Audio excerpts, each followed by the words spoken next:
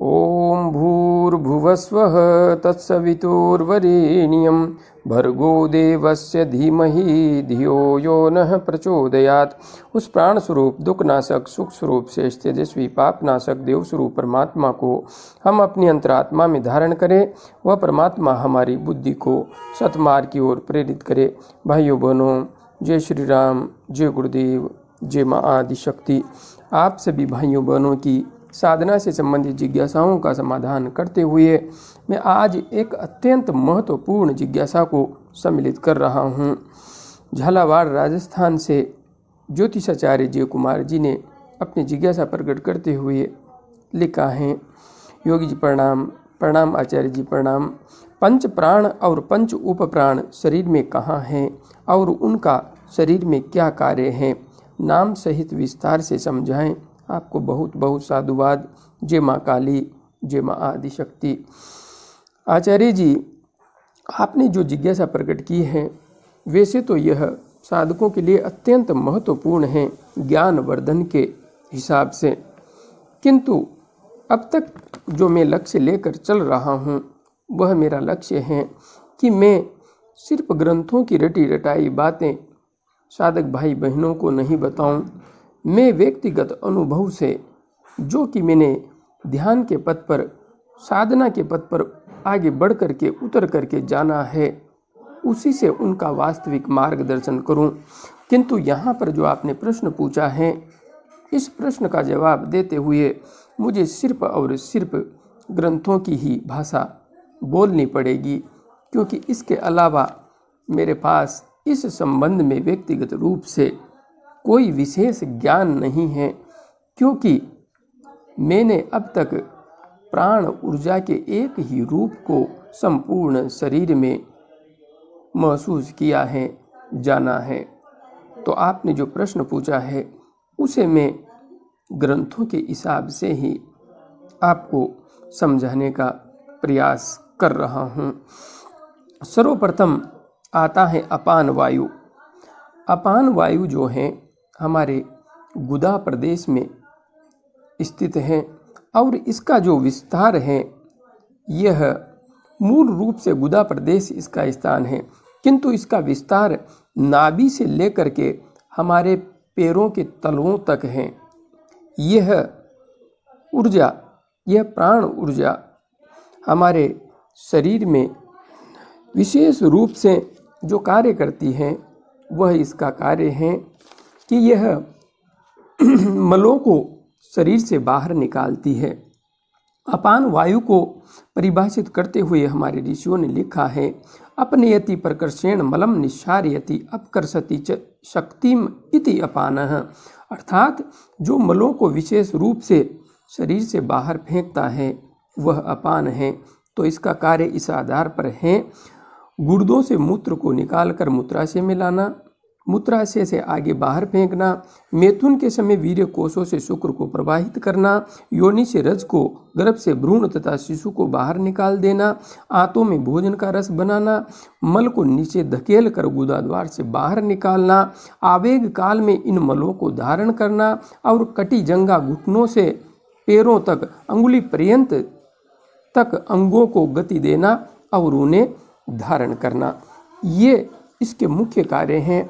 ये जो अपान वायु है इसका उपप्राण कूर्म है और कूर्म उपप्राण का कार्य है पलकों को झपकाना। यहाँ पर मैं स्वयं इस बात को नहीं समझ पा रहा हूँ कि कूर्म प्राण जब अपान वायु का उपप्राण है तो फिर इसका कार्य क्षेत्र नीचे के अंगों में ही होना चाहिए, आँखों तक कैसे चला गया। किंतु ये हमारे ऋषियों ने लिखा हुआ है, जैसा लिखा है वैसा ही मैं आपको बता रहा हूँ। इससे आगे आता है दूसरे नंबर पर समान वायु। समान वायु को परिभाषित करते हुए हमारे ऋषि मुनियों ने लिखा है, रसम समम नयति सम्यक प्रकारेण नयति इति समानः। अर्थात जो आहार से रस को ठीक प्रकार से बनाता तथा यथा स्थान वितरित कर देता है वह समान प्राण कहलाता है। इस वायु का जो स्थान है समान वायु का, यह है हृदय से नाभि तक। हृदय से नाभि तक अर्थात नाभि से हृदय तक इसका विस्तार है। विशेष रूप से समान वायु नाभि में स्थित होता है, क्योंकि नाभि ही वह स्थान है जहाँ से हमारे संपूर्ण शरीर में नाड़ियों का जाल बिछा हुआ है और यहाँ पर ही संपूर्ण शरीर को ऊर्जा प्राप्त करने वाली, ऊर्जा देने वाली नाड़ियों से रस का विस्तार होता है। इस चक्र में जल तत्व की बहुलता से इसका शुक्ल वर्ण है और इस वायु का मुख्यतया जो कार्य है वह है भोजन की पाचन क्रिया में अर्थात आमाशय, यकृत, अग्नाशय, लघु आंत्र के रसों का स्राव करना और भोजन में द्रव्यांश का मिश्रण कर उसे गीला करना। इसके साथ वात जो वायु है उसका जो गुण है वह योगवाही है, योगवाही तो गुण है इसका। तो इसके कारण पित्त से मिलकर यह समान वात गर्मी पैदा करता है, दाहवता और कफ से मिश्रित होकर शीतलता का जनक हो जाता है। तो यहाँ पर इस समान वायु का जो विशेष कार्य है उसे देखें। यह तिल्ली, गुर्दे, मूत्र संस्थान की क्रिया में भी सहायता देता है और अपने नाम और गुण के अनुसार ही आहार से बने रस को यथास्थान वितरित करके देह के नाड़ी मंडल, मस्तिष्क, हृदय आदि सब अंगों को पुष्टि प्रदान करता है। अर्थात यह हमारे संपूर्ण शरीर को पुष्टि देने का कार्य करता है, जिससे देह के सभी भाग पुष्ट रहकर सब कार्यों को करने में समर्थ बने रहते हैं। समान वायु जो है इस पर विजय प्राप्त कर लेने पर योग सूत्र के अनुसार वहाँ पे लिखा हुआ है कि समान जयात प्रज्वलम, अर्थात समान वायु को जीत लेने पर, इस पर नियंत्रित प्राप्त कर लेने पर प्रज्वलनम अर्थात साधक के शरीर में, योगी के शरीर में दिव्य तेज बढ़ जाता है, योगी तेजस्वी हो जाता है। तो हमारे अंदर जो तेजस्विता है उसका मूल यही समान वात है, समान प्राण है। इससे आगे हम जब बढ़ते हैं तो तीसरे नंबर पे आती है प्राण ऊर्जा, प्राण वायु। प्राण ऊर्जा जो है इसका मूल स्थान है हृदय। हृदय इसका मूल है और हृदय से नासिका और मुख तक इसका निरंतर संचार होता रहता है। इसे प्राण वायु को परिभाषित करते हुए हमारे ऋषि मुनियों ने लिखा है, परकर्षेण आनयति परकर्षेण वा बलम ददाति आकर्षति च शक्तिम स प्राणः, अर्थात जो बाहर से श्वास, भोजन आदि प्रत्येक पदार्थ को खींच लाता है व जो समस्त देह को विशेष बल देता है और वायु से जीवन शक्ति को खींच लेता है वह प्राण संज्ञक वात है, वह प्राण संज्ञक वात है, वायु है। तो यह जो प्राण ऊर्जा है यह हमारे शरीर को जीवन प्रदान करती है, अर्थात अंदर से बाहर से अंदर शक्ति को खींचने का कार्य करती है। प्राणवात का निवास स्थान जैसा कि मैंने बता दिया है मुख से हृदय पर्यंत है और इसका कार्य क्षेत्र भी यही है। यह आग्नेय तत्व की इसमें प्रधानता होने से इसका वर्ण सुनहरा हल्का होने से उदरगमन धर्म युक्त है। इसका जो कार्य है यह श्वास प्रश्वास रूप में नथुनों से हृदय पर्यंत गति करता है, वर्णोच्चारण में सहायता देता है, भुक्त पित्त को नीचे आमाशय में धकेल देता है, स्वेद अर्थात पसीना बनाने की क्रिया करता है, रक्त में ऊष्मा बनाए रखना, रुधिर को रंग अर्थात लाल बनाना, रक्त संचार करना और भूख प्यास लगाना, ये सब इस प्राण ऊर्जा के कार्य हैं। इस प्राण वायु का उपप्राण नाग है और यह जो नाग उपप्राण है, यह नाग उपप्राण मुख स्थानीय है, वायु तत्व प्रदान है, नील मिश्रित हरित वर्ण का लघु स्वभाव इसका है, उद्गार लाना, डकार लाना, हिक्का हिचकी लाना इसका कार्य है। और इसे हमारे ऋषि मुनियों ने कहीं न कहीं कुंडलिनी जागरण में सहायक भी माना है, किंतु किस प्रकार से माना है यह रिसर्च का विषय हो जाता है। आगे इससे आगे जब हम बढ़ते हैं तो चौथे नंबर पर आता है व्यान वायु। ये जो व्यान वायु है, वैसे इसका जो क्षेत्र है मुख्यतया यह इसका क्षेत्र उपस्थ मूल, इसका ऊर्जा का मुख्य स्थान है उपस्थ मूल, और उपस्थ मूल से इसका जो विस्तार है, उपस्थ मूल अर्थात स्वादिष्ठान चक्र। अब स्वादिष्ठान चक्र से यह संपूर्ण शरीर में व्याप्त होता है। अब यहाँ पर समझने की बहुत गहरी बात है। हमारे ऋषियों ने परिभाषित करते हुए व्यान को लिखा है, व्यापनोति शरीरम यस व्यानः, अर्थात जो समस्त देह व्यापी है वही व्यान है। और हाँ, इस व्यान को मैं आपको बहुत गहराई से समझा पाने में थोड़ा सा समर्थ हो सकता हूँ, अधिक तो नहीं, किंतु मैंने साधना करते हुए जो जाना है वह यह है कि हमारे शरीर के अंदर जो कुंडलिनी ऊर्जा है उसका मूल स्थान मूलाधार नहीं बल्कि स्वादिष्ठान चक्र है। प्राण का मूल केंद्र स्वादिष्ठान चक्र है।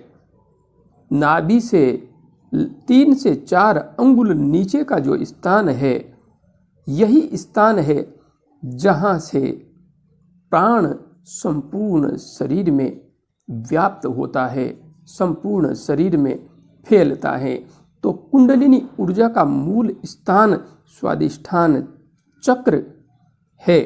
यहीं पर कुंडलिनी का मूल केंद्र है, जो कि मैंने स्वयं अनुभव किया है। यह आकाश तत्व प्रदान है। देखिए, रहता कहाँ पर है? स्वादिष्ठान में, लेकिन मूल गुण इसका क्या है? आकाश तत्व। और आसमानी वर्ण का लघु स्वभाव वाला और समस्त देह व्यापी क्रियाएं कराता है। अर्थात ये प्राण ऊर्जा समस्त देह में क्रिया करने के लिए जिम्मेदार होती है, क्योंकि कुंडलिनी ऊर्जा का विस्तार इसी केंद्र से संपूर्ण शरीर में होता है। ज्ञान वाहक स्थूल सूक्ष्म नाड़ियों को गतिशील बनाए रखना, धड़कन फड़कन रक्त संचरण एवं सब प्राण उप प्राणों के कार्यों में सहायता देना इसका मुख्य कार्य है। यह जो व्यान वात है, व्यान प्राण है, उसका उप प्राण है धनंजय। अब ये जो धनंजय उप प्राण है, यह समस्त देहव्यापी हैं। जिस प्रकार से व्यान समस्त देह व्यापी हैं, तो यह धनंजय भी आकाश तत्व प्रदान है, आसमानी रंग का लघु स्वभाव का है, मरण के पश्चात तथा जीवित काल में भी शोथ उत्पन्न करता है। यही इसका व्यापार है। गमनागमन में सहायक एवं देह पोषक भी होता है। अर्थात यह हमारे साथ जीवन काल में तो रहता ही है, किंतु मरने के बाद भी यह जो मरने के बाद भी शरीर में कुछ समय तक जो गर्मी बनी रहती है, वह इसी प्राण के कारण, धनंजय प्राण के कारण ही होती है। तो यह व्यान जो प्राण है, यह मूल रूप से हमारी कुंडलिनी शक्ति को ही द्योतित करता है। कुंडलिनी शक्ति का ही विस्तार इस प्राण से मुझे अनुभव होता है। आगे हम बढ़ते हैं तो अंत में प्राण आता है उदान प्राण, उदान वात। उदान वात को परिभाषित करते हुए हमारे ऋषि मुनियों ने लिखा है, उन्नयति ये उद आनयति वा इति उदानः, अर्थात जो शरीर को ऊपर उठाए रहे, गिरने न दे व ऊपर को ले जाए, अथवा जो नीचे से अर्थात आमाशय से वमन के रूप में आहार को उठाकर बाहर फेंक दे, वह उदान संज्ञक वात है। यह मूल रूप से कंठ प्रदेश में रहता है तथा यहीं पर यह कार्य करता है। वायु तत्व की इसमें प्रधानता है। यह लघु स्वभाव तथा नील मिश्रित हरित वर्ण का है। यह जो उदान वायु है, इसके कार्य हैं कंठ से नीचे खाद्य पेय पदार्थों को धकेलना तथा वमन के द्वारा आहार को बाहर फेंक देना, वर्णोच्चारण और गायन में विशेष सहायता देना। अर्थात इस प्राण पर अच्छी तरह से नियंत्रण कर लेने पर, इसके जागृत हो जाने पर साधक अच्छा गायन कर सकता है। इसके मुख्य व्यापार हैं। उदान वात का जय लाभ लेने पर देह को संकल्प विशेष से अति हल्का बनाया जा सकता है। यह योग दर्शन की एक सिद्धि भी है, जिसमें लिखा हुआ है, उत्क्रांतिश्च प्रयाण काले भवति ताम वशित्वेन प्रतिपद्यते। इसमें इस सूत्र के अनुसार, योग दर्शन के सूत्र के अनुसार, कि जो उदान वायु हैं, कंठकूप जो हैं, यहाँ पर कि योगी अपने उदान प्राण पर वशित्व प्राप्त करके अपने प्राणों को दशम द्वार से विसर्जित करके उधर लोकों में भी गमन कर सकता है। तो यहाँ पर यह तो विषय अलग हो जाता है, थोड़ा विस्तार का हो जाता है, किंतु साधकों के लिए यह प्राण अत्यंत महत्वपूर्ण हो जाता है। यह भी एक प्राण जय द्वारा प्राप्त विभूति है। हाँ, ये जो उदान वायु है, इसका विस्तार वैसे तो कंठ है, किंतु कंठ से लेकर हमारे सिर तक इसी का विस्तार है। हमारे को जो कुछ भी सिद्धियां प्राप्त होती हैं, हम जो कुछ भी अध्यात्म जगत में प्राप्त करते हैं, उन्नति की ओर आगे बढ़ते हैं, उसमें सारा का सारा साथ यही उदान वायु निभाता है। तो जीवन काल में भी यह उदान वात देह को ऊपर उठाए और थामे रहने में सहायक है। अर्थात हम अनायास जो इधर उधर घूम जाते हैं, दौड़ते फिरते हैं, गिर नहीं पड़ते, यह सब कुछ हम उदान की सहायता से ही करने में समर्थ हैं। इसे साइंस की भाषा में इस प्रकार से समझा जा सकता है, यह हमारे न्यूरॉन्स को नियंत्रित करता है। अर्थात हम गिरते नहीं हैं, हमारे शरीर के अंदर जो भी नियंत्रण है, तो वह नियंत्रण इसकी वजह से रहता है।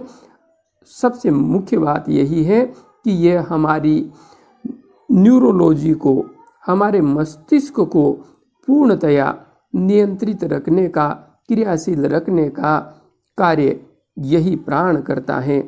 इसकी गति का क्षेत्र कंठ से कपाल तक है। कंठ से लेकर हमारे कपाल तक अर्थात ब्रह्मरंध्र तक इसी का कार्य क्षेत्र है।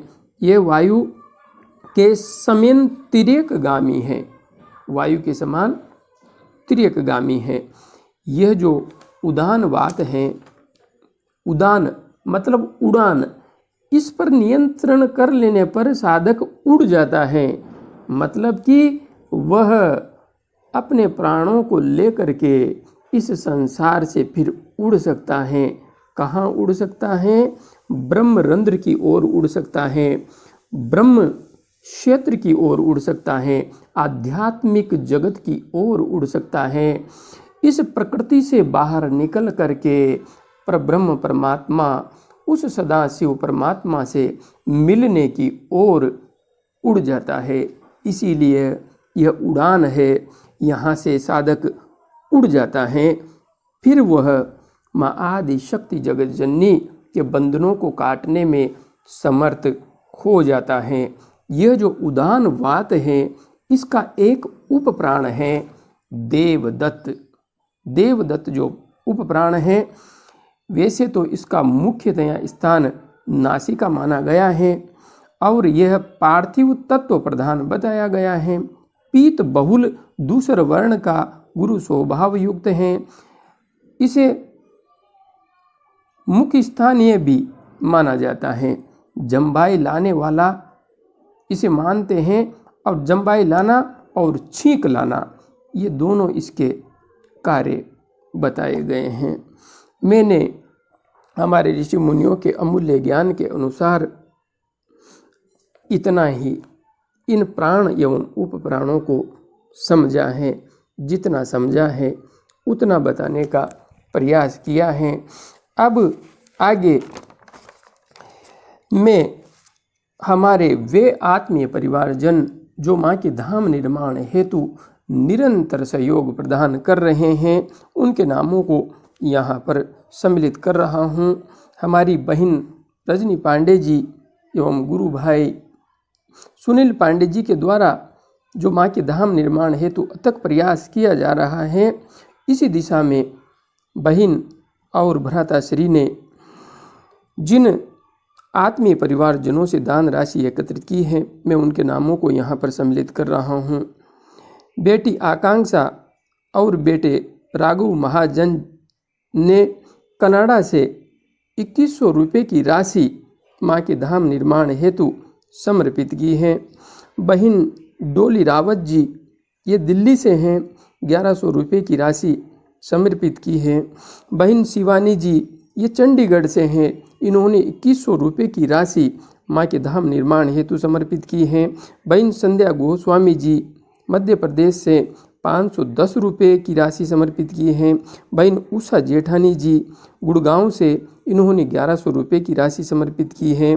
बहन आशा सिन्हा जी रांची से, इन्होंने 2100 रुपये की राशि माँ के धाम निर्माण हेतु समर्पित की है। आप सभी आत्मीय परिवारजनों का बहुत बहुत धन्यवाद, बहुत बहुत आभार।